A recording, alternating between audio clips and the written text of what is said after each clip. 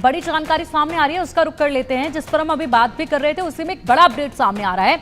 Ukraine युद्ध को लेकर डोनाल्ड ट्रंप ने एक बड़ा ऐलान किया, या फिर कहें कि डोनाल्ड ट्रंप का यूटर्न देखा जा रहा है। हम यूक्रेन को और हथियार भेजेंगे, यूक्रेन को अपनी रक्षा करने का अधिकार है, यूक्रेन पर हमले तेज हो रहे हैं, ये कहा है डोनाल्ड ट्रंप ने। एक बार फिर से डोनाल्ड ट्रंप अपने बयानों से पलटे हैं और इसी के साथ यूटर्न उन्होंने लिया है। पहले मना करते हैं कि यूक्रेन को अब कोई भी सहायता हथियारों को लेकर नहीं दी जाएगी, और उसके बाद अब यहाँ पर डोनाल्ड ट्रंप ने कहा है कि हर देश को अपनी रक्षा करने का अधिकार है और इसलिए हम हथियार भेजने की तैयारी कर रहे हैं।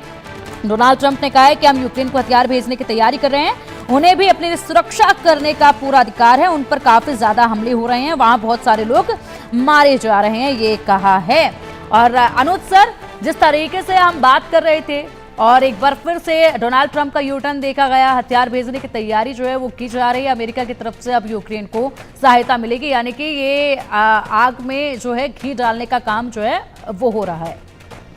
क्योंकि देखिए, मैं आपको एक बात बताऊं कि ज़ेलेंस्की की एक बड़ी खूबी मुझे नजर आ रही है कहीं ना कहीं, कि वो अपना पक्ष इस प्रकार से प्रस्तुत करते हैं कि लोग समझने लगते हैं कि भाई उनकी सहायता करना आवश्यक है। उन्होंने क्या क्या बातें कही हैं ज़ेलेंस्की ने कहा है कि रूस पूरे यूक्रेन पे कब्जा कर लेगा, 1। दूसरा, उन्होंने कहा है कि ये डायरेक्ट अमेरिका की इंसल्ट कर रहा है रूस, और अमेरिका जितने भी प्रयास कर रहा था वो तमाम प्रयास रूस की हाई हेडेडनेस की वजह से वो सारे खत्म होते जा रहे हैं। उसके अलावा ज़ेलेंस्की ने कुछ यूरोपीय देशों को कन्विंस कर दिया है कि अगर इनकी मदद नहीं की गई तो यूक्रेन के बाद अगला नंबर कुछ पूर्वीय यूरोपियन देशों का हो सकता है, और भी आगे जर्मनी, फ्रांस तक भी और रूस आगे जाने की कोशिश कर सकता है। वो ये बताना चाह रहे हैं कि वो जो रशिया का जो लॉस्ट सोवियत ग्लोरी वाला टाइम था, उसकी कहीं ना कहीं महत्वाकांक्षा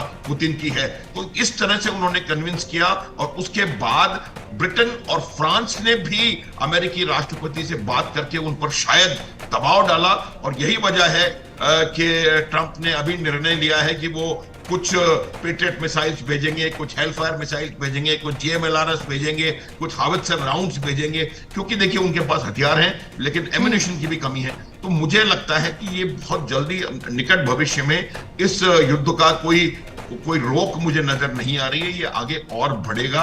और पिंकी, आपने सही शब्द का प्रयोग किया कि ये जो मदद अमेरिका से आएगी ये आग में घी डालने का काम करेगी, और ये जो है बहुत ज्यादा बढ़ने वाला है। अब मैं 2 बातें आपको और बताता हूं कि क्या ज्यादा परेशानी हो रही है। अब परेशानी ये और हो रही है कि रूस ने कुछ ऐसे भागों पर कब्जा करा है ईस्टर्न यूरोप में, ईस्टर्न यूक्रेन में, जहां पर की मिनरल्स अभी मौजूद हैं। तो ये जो एक बहुत बड़ा पॉइंट ज़ेलेंस्की के पास था अमेरिका के साथ ट्रेड ऑफ करने के लिए, कि वो सारे मिनरल्स का उनके साथ कोई कॉम्प्रोमाइज फॉर्मूला निकालेंगे। उन मिनरल्स में से कुछ भाग पर ऑलरेडी रूस का कब्जा, जो खबरें मुझे हैं उसके हिसाब से हो चुका है। तो अब उनको ये और घबराहट लग रही है कि अगर रूस और आगे बढ़ा तो जो मिनरल्स, उनकी ताकतें, जो रेयर अर्थ के बारे में बात हो रही थी, वो भी अगर रूस के कब्जे में आ गए तो फिर किस प्लांट पे वो बातचीत करने की कोशिश करेंगे। अभी इस वजह से एक और एडिशनल हेल्प वहां से आ रही है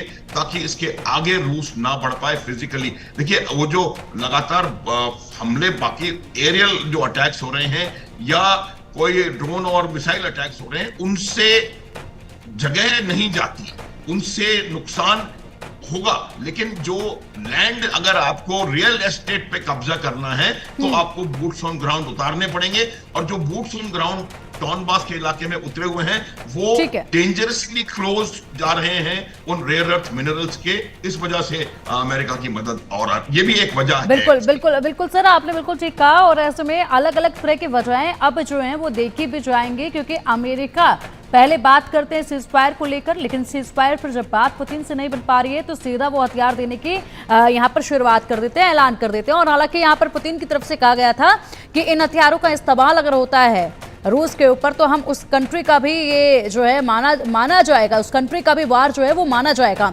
यूक्रेन ने दावा किया कि कई दिन बाद तक हमले का असर रहा, हवा में खतरनाक पदार्थों